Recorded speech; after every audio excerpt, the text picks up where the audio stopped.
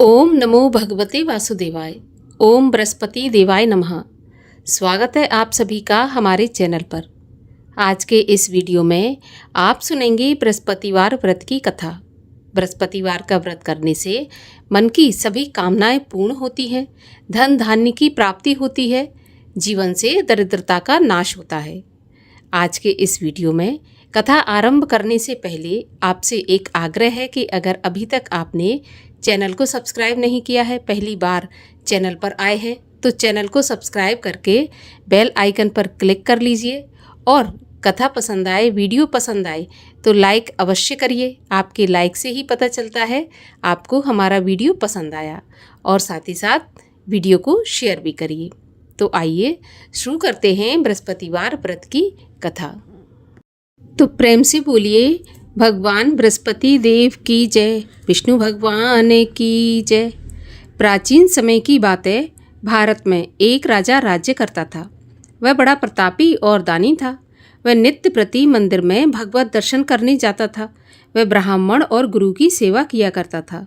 उसके द्वार से कोई भी याचक निराश होकर नहीं लौटता था। वह प्रत्येक गुरुवार को व्रत रखता एवं पूजन करता था। हर दिन गरीबों की सहायता करता था। परंतु ये सब बातें उसकी रानी को अच्छी नहीं लगती। न वह किसी को दान देती और न व्रत करती। राजा से भी वो ऐसा करने से मना किया करती थी। एक समय की बात है। राजा शिकार खेलने जंगल में चले गए। घर पर रानी और दासी थी। उस समय गुरु बृहस्पति साधु का रूप धारण करके राजा के दरवाजे पर भिक्षा मांगने आए। साधु ने रानी से भिक्षा मांगी तो वह कहने लगी, हे साधु महाराज, मैं इस दान पुण्य से तंग आ गई हूँ। इस कार्य के लिए तो मेरे पति देवी बहुत है। अब आप ऐसी कृपा करें कि सारा धन नष्ट हो जाए और मैं आराम से रह सकूं। साधु रूपी बृहस्पति देव ने कहा, हे देवी, तुम तो बड़ी विचित्र हो। संतान और धन से कोई दुखी नहीं होता। इसको तो पापी भी चाहते हैं। पापी भी पुत्र और धन की इच्छा रखता है। अगर तुम्हारे पास धन अधिक है तो भूखे मनुष्यों को भोजन कराओ, प्याऊ लगवाओ, ब्राह्मणों को दान दो, धर्मशालाएं बनवाओ, कुआं, तालाब, बावड़ी, बाग बगीचों आदि का निर्माण कराओ तथा निर्धनों की कुंवारी कन्याओं का विवाह कराओ। साथ ही यज्ञ आदि करो। इस प्रकार के कर्मों से आपके कुल का और आपका नाम परलोक में सार्थक होगा एवं स्वर्ग की प्राप्ति होगी। परंतु रानी साधु की इन बातों से खुश नहीं हुई। उसने कहा, हे साधु महाराज, मुझे ऐसे धन की आवश्यकता नहीं जिसको मैं अन्य लोगों को दान दूं और जिसको रखने और संभालने में ही मेरा सारा समय नष्ट हो जाए। तब साधु ने कहा, देवी, यदि तुम्हारी ऐसी इच्छा है तो जैसा मैं तुम्हें बताता हूँ तुम वैसा ही करना। बृहस्पतिवार के दिन घर को गोबर से लीपना, अपने केशों को पीली मिट्टी से धोना, केशों को धोते समय स्नान करना, राजा से कहना वह हजामत करवाए, भोजन में मांस मदिरा खाना, कपड़ा धोबी के यहाँ धुलने डालना। इस प्रकार 7 बृहस्पतिवार करने से तुम्हारा सारा धन नष्ट हो जाएगा। इतना कहकर साधु महाराज रूपी बृहस्पति देव अंतर्ध्यान हो गए। रानी ने साधु के कहने के अनुसार 7 बृहस्पतिवार वैसा ही करने का विचार किया। साधु के बताए अनुसार करते हुए केवल 3 बृहस्पतिवार ही बीते थे कि उसकी समस्त धन संपत्ति नष्ट हो गई। भोजन के लिए दोनों समय परिवार तरसने लगा और सांसारिक भोगों से दुखी रहने लगा। तब वह राजा रानी से कहने लगा कि रानी, तुम यहाँ पर रहो, मैं दूसरे देश को जाता हूँ, क्योंकि यहाँ पर मुझे सभी मनुष्य जानते हैं, इसलिए मैं यहाँ कोई कार्य नहीं कर सकता। देश चोरी परदेश भीख बराबर है। ऐसा कहकर राजा परदेश चला गया। वहाँ जंगल से लकड़ी काट कर लाता और शहर में बेचता। इस तरह जीवन व्यतीत करने लगा। इधर राजा के बिना रानी और दासियां दुखी रहने लगीं। किसी दिन भोजन मिलता और किसी दिन जल पीकर ही रह जाती। एक समय रानी और दासियों को 7 दिन बिना भोजन के व्यतीत हो गए तो रानी ने अपनी दासी से कहा कि दासी, यहाँ पास ही के नगर में मेरी बहन रहती है। वह बड़ी धनवान है। तू उसके पास जा और वहाँ से 5 सेर बेझर मांग कर ले आ, जिससे कुछ समय के लिए गुजर हो जाएगी। दासी रानी की बहन के पास गई। रानी की बहन उस समय पूजा कर रही थी। बृहस्पतिवार का दिन था। दासी ने रानी की बहन से कहा, रानी जी, मुझे आपकी बहन ने भेजा है, मुझे 5 सेर बेझर दे दो। दासी ने ये बात अनेक बार कही, परंतु रानी की बहन ने कोई उत्तर नहीं दिया, क्योंकि वह उस समय बृहस्पतिवार की कथा सुन रही थी। जब दासी को रानी की बहन से कोई उत्तर नहीं मिला तो बहुत दुखी हुई, उसे क्रोध भी आया और लौटकर रानी से बोली, रानी, आपकी बहन तो बहुत ही धनी स्त्री है, छोटे लोगों से तो बात भी नहीं करती। मैंने उससे कहा तो उसने कोई उत्तर नहीं दिया, तो मैं वापस चली आई। तब रानी बोली, दासी, इसमें उसका कोई दोष नहीं है। जब बुरे दिन आते हैं तब कोई सहारा नहीं देता। अच्छे बुरे का पता विपत्ति में ही लगता है। अब तो जो ईश्वर की इच्छा होगी वही होगा। ये सब तो हमारे भाग्य का दोष है। उधर रानी की बहन ने सोचा कि मेरी बहन की दासी आई थी, परंतु मैं उससे नहीं बोली, इससे वह बहुत दुखी हुई होगी। कथा सुन और विष्णु भगवान का पूजन समाप्त करके अपनी बहन के घर आई और कहने लगी, बहन, मैं बृहस्पतिवार का व्रत कर रही थी। तुम्हारी दासी गई, परंतु जब तक कथा होती है तब तक ना उठते हैं और ना बोलते हैं, इसलिए मैं नहीं बोली। कहो दासी क्यों गई थी? तो रानी बोली, बहन, हमारे घर पे अनाज नहीं था। वैसे तुमसे तो कोई बात छुपी है नहीं, इस कारण मैंने दासी को तुम्हारे पास 5 सेर बेझल लेने के लिए भेजा था। रानी की बहन बोली, बहन देखो, बृहस्पति भगवान सबकी मनोकामना पूर्ण करते हैं। देखो शायद तुम्हारे घर में अनाज रखा हो। ये सुनकर दासी घर के अंदर गई तो वहाँ उसे एक घड़ा बेझर का भरा मिल गया। तो उसे बड़ी हैरानी हुई, क्योंकि उसने पहले ही एक एक बर्तन देख लिया था। तब उसने बाहर आकर रानी को बताया। दासी अपनी रानी से कहने लगी कि रानी देखो, वैसे जब हमको अन्न नहीं मिलता तो हम रोज व्रत करते हैं। अब अगर इनसे व्रत की विधि और कथा पूछ ली जाए तो उसे हम भी किया करेंगे। दासी के कहने पर रानी ने अपनी बहन से बृहस्पतिवार व्रत के बारे में पूछा। उसकी बहन ने बताया, बृहस्पतिवार के व्रत में चने की दाल और मुनक्का से विष्णु भगवान का केले की जड़ में पूजन करें तथा दीपक जलाएं, पीला भोजन करें और कथा सुनें। इस प्रकार करने से गुरु भगवान प्रसन्न होते हैं, अन्न पुत्र धन देते हैं, मनोकामना पूरी करते हैं। व्रत और पूजन की विधि बताकर रानी की बहन अपने घर लौट गई। रानी और दासी दोनों ने निश्चय किया कि बृहस्पतिवार का व्रत करेंगी और बृहस्पति भगवान का पूजन करेंगे। 7 रोज बाद जब बृहस्पतिवार आया तो उन्होंने व्रत रखा। घुड़साल में जाकर चना और गुड़ बीन लाई तथा उसकी दाल से केले की जड़ और विष्णु भगवान का पूजन किया। अब भोजन पीला कहाँ से आए?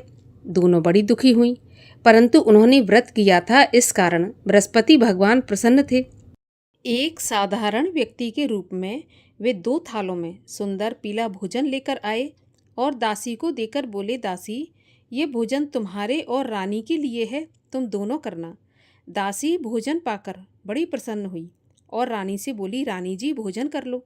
रानी को भोजन आने के बारे में कुछ पता नहीं था, इसलिए वह दासी से बोली, जा तू ही भोजन कर, क्योंकि तू हमारी व्यर्थ में हंसी उड़ाती है। दासी बोली, एक व्यक्ति भोजन दे गया है। रानी कहने लगी, वह भोजन तेरे लिए दे गया है तो तू ही भोजन कर। तब दासी ने कहा, वह व्यक्ति हम दोनों के लिए 2 थालों में भोजन देकर गया है, इसलिए मैं और आप दोनों ही साथ साथ भोजन करेंगी। दोनों ने गुरु भगवान को नमस्कार करके भोजन प्रारंभ किया। उसके बाद से वे प्रत्येक बृहस्पतिवार को गुरु भगवान का व्रत और पूजन करने लगी। बृहस्पति भगवान की कृपा से उनके पास धन हो गया, परंतु रानी फिर पहले की तरह से आलस करने लगी। तब दासी बोली, देखो रानी, तुम पहले भी इस प्रकार आलस करती थी, तुम्हें धन के रखने में कष्ट होता था, इस कारण सभी धन नष्ट हो गया।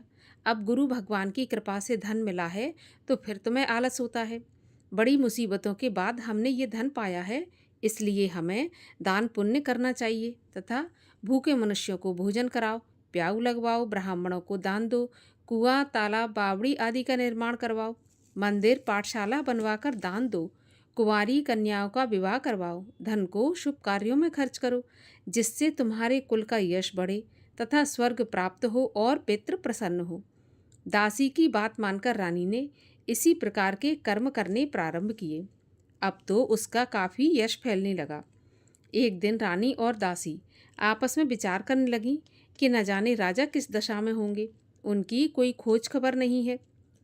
गुरु भगवान से उन्होंने प्रार्थना की और भगवान ने रात्रि में राजा को स्वप्न में कहा कि राजा उठ, तेरी रानी तुझको याद करती है, अब अपने देश को लौट जा।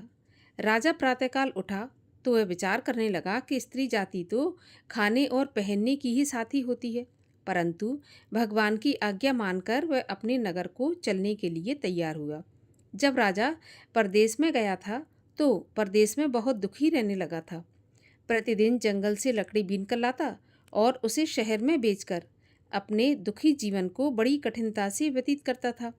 एक दिन राजा दुखी हो अपनी पुरानी बातों को याद करके रोने लगा। उस जंगल में बृहस्पति देव एक साधु का रूप धारण करके आए और राजा के पास आकर बोले, लकड़हारे, तुम इस सुनसान जंगल में किस चिंता में बैठे हो, मुझे बताओ। यह सुनकर राजा के नेत्रों में जल भर आया और साधु की वंदना करके बोला, हे प्रभु, आप सब कुछ जानने वाले हैं। इतना कहकर राजा ने साधु को अपनी संपूर्ण कहानी सुना दी। अब महात्मा दयालु होते हैं। वे राजा से बोले, राजा, तुम्हारी पत्नी ने बृहस्पति देव के प्रति अपराध किया था, जिसके कारण तुम्हारी ये दशा हुई। अब तुम किसी बात की चिंता मत करो, भगवान तुम्हें पहले से अधिक धन देंगे। देखो, तुम्हारी पत्नी ने बृहस्पतिवार का व्रत प्रारंभ कर दिया है। अब तुम भी बृहस्पतिवार का व्रत करके चने की दाल और गुड़ जल के लोटे में डालकर केले का पूजन करो, फिर कथा कहो या सुनो। भगवान तुम्हारी सभी कामनाओं को पूरा करेंगे। साधु को प्रसन्न देखकर राजा बोला, प्रभु, मुझे लकड़ी बेचकर इतना पैसा नहीं बचता जिससे भोजन करने के बाद कुछ बचा सकूं। मैंने रात्रि में अपनी रानी को व्याकुल देखा है। मेरे पास कोई साधन नहीं जिससे उसका समाचार जान सकूं। फिर मैं बृहस्पति देव की क्या कहानी कहूँ, यह भी मुझको मालूम नहीं है। तब साधु ने कहा, राजा, तुम किसी बात की चिंता मत करो। बृहस्पतिवार के दिन तुम रोज की तरह लकड़ियाँ लेकर शहर में जाओ। तुम्हें रोज से दुगना धन प्राप्त होगा, जिससे तुम भली भांति भोजन कर लोगे और बृहस्पति देव की पूजा का सामान भी आ जाएगा। और बृहस्पतिवार की कहानी इस प्रकार से है। प्राचीन काल में एक निर्धन ब्राह्मण था। उसके कोई संतान नहीं थी। वह नित्य पूजा पाठ करता, परंतु उसकी स्त्री बहुत मलिनता के साथ रहती। वह न स्नान करती और न किसी देवता का पूजन करती। प्रातःकाल उठते ही सर्वप्रथम भोजन करती और बाद में अन्य काम करती। ब्राह्मण देवता बहुत दुखी रहते थे। पत्नी को बहुत समझाते, परंतु उसका कोई परिणाम नहीं निकलता। भगवान की कृपा से ब्राह्मण की स्त्री के कन्या उत्पन्न हुई। वह कन्या अपने पिता के घर में बड़ी होने लगी। वह बालिका प्रातः स्नान करके भगवान विष्णु का जप करती और बृहस्पतिवार का व्रत भी करने लगी। पूजा पाठ समाप्त करके स्कूल जाती तो अपनी मुट्ठी में जौ भर के ले जाती और पाठशाला के मार्ग में डालती जाती। वही जौ स्वर्ण के हो जाते तो लौटते समय उनको बीन कर घर ले आती। एक दिन वह बालिका सूप में उन सोने की जौ को फटक कर साफ कर रही थी। तभी उसकी माँ ने देख लिया और कहा, बेटी, सोने के जौ को फटकने के लिए सोने का सूप होना चाहिए। दूसरे दिन गुरुवार था।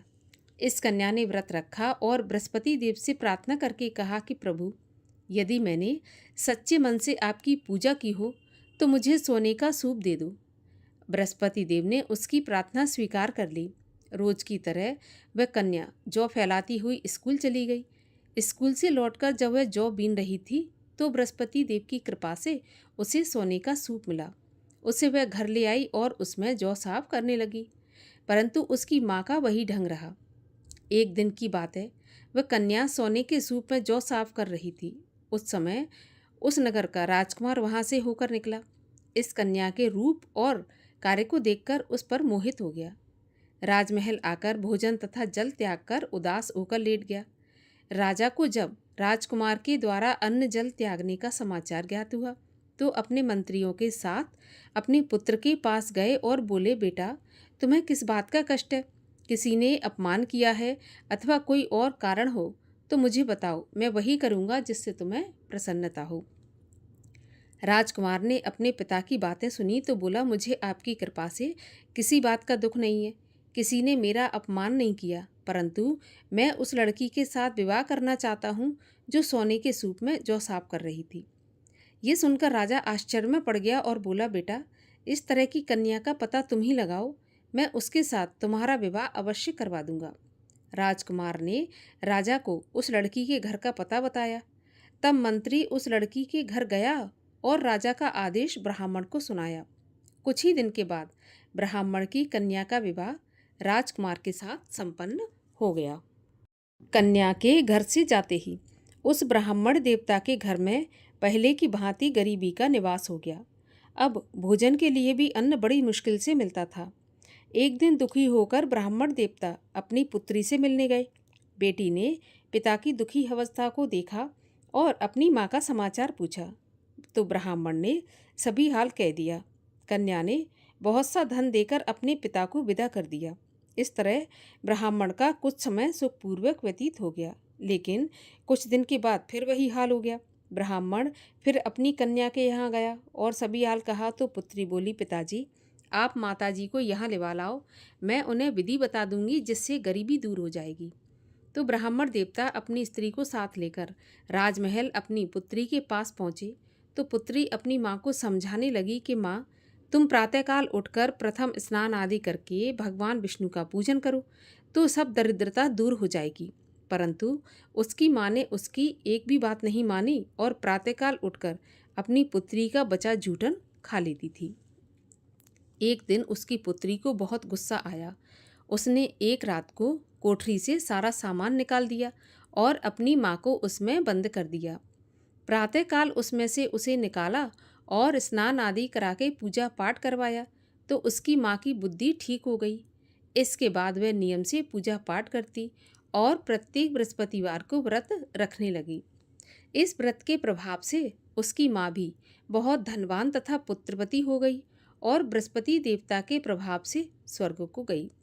वह ब्राह्मण भी सुखपूर्वक इस लोक का सुख भोग कर स्वर्ग को प्राप्त हुआ। इस तरह से कहानी कहकर साधु देवता वहाँ से अंतर्ध्यान हो गए। धीरे धीरे समय व्यतीत होने पर फिर बृहस्पतिवार का दिन आया। राजा जंगल से लकड़ी काटकर किसी शहर में बेचने गया। उसे उस दिन और दिनों से अधिक धन मिला तो राजा ने चना गुड़ आदि लाकर बृहस्पतिवार का व्रत किया। उस दिन से उसके सभी क्लेश दूर हुए, परंतु जब अगला गुरुवार आया तो वह बृहस्पतिवार का व्रत करना भूल गया। इस कारण बृहस्पति भगवान नाराज हो गए। उस दिन उस नगर के राजा ने विशाल यज्ञ का आयोजन किया तथा अपने समस्त राज्य में घोषणा करवा दी कि कोई भी मनुष्य अपने घर में भोजन न बनाए, आग भी न जलाए। समस्त जनता मेरे यहाँ भोजन करने आवे और इस आज्ञा को जो नहीं मानेगा उसको फांसी की सजा दी जाएगी। राजा की आज्ञा के अनुसार राज्य के सभी वासी राजा के भोज में सम्मिलित हुए, लेकिन लकड़हारा कुछ देर से पहुंचा, इसलिए राजा उसको अपने साथ महल में ले गए। जब राजा लकड़हारे को भोजन करा रहे थे तो रानी की दृष्टि उस खूंटी पर पड़ी जिस पर उसका हार लटका हुआ था। उसे हार खूंटी पर लटका दिखाई नहीं दिया तो रानी ने निश्चय किया कि मेरा हार इस लकड़हारे ने चुरा लिया है। अब तो उसी समय सैनिक बुलवाकर उसको जेल खाने में डलवा दिया। जब लकड़हारा जेल खाने में गया तो बड़े दुखी होकर विचार करने लगा कि ना जाने कौन से पूर्व जन्म के कर्म से मुझे ये दुख प्राप्त हुआ है, और उसी साधु को याद करने लगा जो कि जंगल में मिला था। तत्काल बृहस्पति देव साधु के रूप में प्रकट हो गए और उसकी दशा को देखकर कहने लगे, अरे मूर्ख, तूने बृहस्पति देवता की कथा नहीं की, इसी कारण से तुझे दुख प्राप्त हुआ है।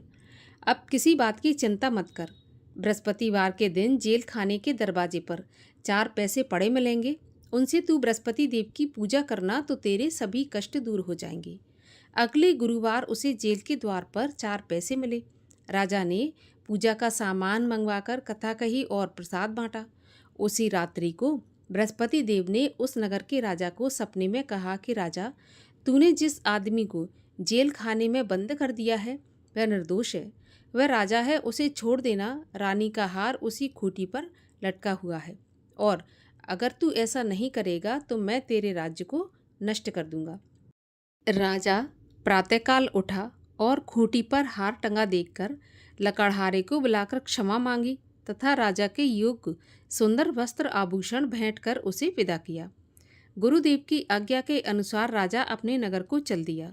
राजा जब नगर के निकट पहुंचा तो उसे बड़ा ही आश्चर्य हुआ। नगर में पहले से अधिक बाग, तालाब, कुएं तथा बहुत सी धर्मशालाएं, मंदिर आदि बने हुए थे। राजा ने पूछा, ये किसका बाग और धर्मशाला है? तब नगर के सब लोग कहने लगे, ये सब रानी और दासी के द्वारा बनवाए गए हैं।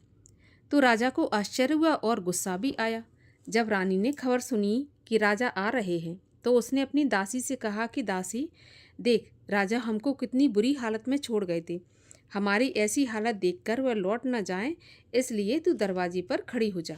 रानी की आज्ञा के अनुसार दासी दरवाजे पर खड़ी हो गई और जब राजा आए तो उन्हें अपने साथ महल में लिवा लाई। तब राजा ने क्रोध करके अपनी रानी से पूछा कि ये बताओ, तुम्हें यह धन कैसे प्राप्त हुआ है? तब रानी ने बताया, ये सब धन हमें बृहस्पति देव के व्रत के प्रभाव से प्राप्त हुआ है। तब राजा ने निश्चय किया कि 7 रोज बाद तो सभी बृहस्पति देव का पूजन करते हैं, परंतु मैं रोजाना दिन में 3 बार कथा कहा करूँगा और रोज व्रत किया करूँगा। अब हर समय राजा के दुपट्टे में चने की दाल बंधी रहती तथा दिन में 3 बार कथा कहता। एक दिन राजा ने विचार किया कि चलो अपनी बहन के यहाँ हो आऊँ। इस तरह निश्चय कर राजा घोड़े पर सवार हो अपनी बहन के यहाँ चल दिया। मार्ग में उसने देखा कि कुछ आदमी एक मुर्दे को लिए जा रहे हैं। उन्हें रोककर राजा कहने लगा कि अरे भाइयों, मेरी बृहस्पति देव की कहानी सुन लो। वे बोले, लो, हमारा तो आदमी मर गया और इसको अपनी कथा की पड़ी है। परंतु कुछ आदमी बोले कि अच्छा कहो, हम तुम्हारी कथा भी सुनेंगे। राजा ने दाल निकाली और कथा कहनी शुरू कर दी। जब कथा आदि हुई थी तो मुर्दा हिलने लगा और जब कथा समाप्त हुई तो राम राम करके वह मुर्दा उठकर खड़ा हो गया। राजा आगे बढ़ा। उसे चलते चलते शाम हो गई। आगे मार्ग में एक किसान खेत में हल चलाता मिला तो राजा उससे बोला, अरे भैया, तुम मेरी बृहस्पतिवार की कथा सुन लो। तो किसान बोला, जब तक मैं तेरी कथा सुनूंगा तब तक 4 हरैया जोत लूँगा। जा अपनी कथा किसी और को सुनाना। राजा आगे चलने लगा। राजा के हटते ही बैल पछाड़ खाकर गिर गए और किसान के पेट में बहुत जोर से दर्द होने लगा। तब उसकी माँ रोटी लेकर आई। उसने जब यह देखा तो अपने पुत्र से सभी हाल पूछा तो बेटे ने सभी हाल बता दिया। अब बुढ़िया दौड़ी दौड़ी उस घुड़सवार के पास गई और उससे बोली, मैं तुम्हारी कथा सुनूंगी, तू अपनी कथा मेरे खेत पर चलकर ही कहना। राजा ने बुढ़िया के खेत पर जाकर कथा कही, जिसको सुनकर बैल उठकर खड़े हो गए तथा किसान के पेट का दर्द भी बंद हो गया। राजा अपनी बहन के घर पहुंच गया। बहन ने भाई की खूब मेहमानी की। दूसरे दिन प्रातःकाल राजा जगा तो वह देखने लगा कि सब लोग भोजन कर रहे हैं। तो राजा ने अपनी बहन से पूछा कि ऐसा कोई मनुष्य है जिसने भोजन नहीं किया हो, जो मेरी बृहस्पति देव की कथा सुन ले। तो बहन बोली, भैया, यह देश ऐसा ही है। पहले यहाँ के लोग भोजन करते हैं, बाद में अन्य काम करते हैं। अगर कोई पड़ोस में हो तो मैं देख कर आती हूँ। ऐसा कहकर बहन देखने चली गई, परंतु उसे कोई भी ऐसा व्यक्ति नहीं मिला जिसने भोजन नहीं किया हो। अतः वह एक कुम्हार के घर गई जिसका लड़का बीमार था। उसे मालूम हुआ कि उसके यहाँ 3 दिन से किसी ने भोजन नहीं किया। रानी ने अपने भाई की कथा सुनने के लिए कुम्हार से कहा तो वह तैयार हो गया। राजा ने जाकर बृहस्पतिवार की कथा कही, जिसको सुनकर उसका लड़का ठीक हो गया। अब तो राजा की प्रशंसा होने लगी। एक दिन राजा ने अपनी बहन से कहा कि बहन, हम अपने घर को जाएंगे, तुम भी तैयार हो जाओ। राजा की बहन ने अपनी सास से अपने भाई के साथ जाने की आज्ञा मांगी तो सास बोली, चली जा, परंतु अपने लड़कों को मत ले जाना, क्योंकि तेरे भाई के कोई संतान नहीं होती। तब बहन ने कहा, भैया, मैं तो चलूँगी पर कोई बालक नहीं जाएगा। राजा बोला, जब कोई बालक नहीं चलेगा तो तुम क्या करोगी? बड़े दुखी मन से राजा अपने नगर को लौट आया। राजा ने अपनी रानी से कहा, हम निर्वंशी राजा हैं, हमारा मुंह देखने का भी धर्म नहीं है, और बिना भोजन आदि किए सैया पर लेट गया। रानी बोली, प्रभु, बृहस्पति देव ने हमें सब कुछ दिया है, वे संतान अवश्य देंगे। उसी रात को बृहस्पति देव ने राजा को स्वप्न में कहा, हे राजा, उठ, सभी सोच त्याग दे, तेरी रानी गर्भवती है। राजा को यह जानकर बड़ी खुशी हुई। 9वें महीने रानी के गर्भ से एक सुंदर पुत्र पैदा हुआ। तब राजा बोला, रानी, स्त्री बिना भोजन के रह सकती है, परंतु बिना कहे नहीं रह सकती। जब मेरी बहन आए तो तुम मुझसे कुछ कहना मत। तो रानी ने सुनकर हाँ कर दिया। जब राजा की बहन ने यह शुभ समाचार सुना तो बहुत खुश हुई तथा बधाई लेकर अपने भाई के यहाँ आई। तभी रानी ने कहा, घोड़ा चढ़ाकर नहीं आई, गधा चढ़ी आई। तो राजा की बहन बोली कि भैया, मैं इस प्रकार न कहती तो तुम्हें औलाद कैसे मिलती। बृहस्पति देव ऐसे ही हैं, जैसी जिसके मन में कामना है सभी को पूर्ण करते हैं। जो सद्भावना पूर्वक बृहस्पतिवार का व्रत करता है एवं कथा पढ़ता है अथवा सुनता है और दूसरों को सुनाता है, बृहस्पति देव उसकी सभी मनोकामना पूर्ण करते हैं। बृहस्पति देव उनकी सदैव रक्षा करते हैं जो संसार में सद्भावना से गुरुदेव का पूजन एवं व्रत सच्चे हृदय से करते हैं। उनकी सभी मनोकामनाएं पूर्ण होती हैं। जैसी सच्ची भावना से रानी और राजा ने बृहस्पति देव की कथा का गुणगान किया तो उनकी सभी इच्छाएं बृहस्पति देव ने पूर्ण की थीं। इसलिए सबको कथा सुनने के बाद प्रसाद लेकर जाना चाहिए। हृदय से उनका मनन करते हुए जयकारा बोलना चाहिए। बोलिए विष्णु भगवान की जय। बृहस्पति देव की जय। बृहस्पति देव की आरती। ओम जय बृहस्पति देवा स्वामी, जय बृहस्पति देवा। छिन छिन भोग लगाऊं, कदली फल मेवा। ओम जय बृहस्पति देवा। तुम पूर्ण परमात्मा, तुम अंतर्यामी, जगत पिता जगदीश्वर, तुम सबके स्वामी। ओम जय बृहस्पति देवा। चरणामृत निज निर्मल, सब पातक हरता, सकल मनोरथ दायक, कृपा करो भरता। ओम जय बृहस्पति देवा। तन मन धन अर्पण कर, जो जन शरण पड़े, प्रभु प्रकट तब होकर, आकर द्वार खड़े। ओम जय बृहस्पति देवा। दीन दयाल दयानिधि, भक्तन हितकारी, पाप दोष सब हरता, भव बंधन हारी। ओम जय बृहस्पति देवा।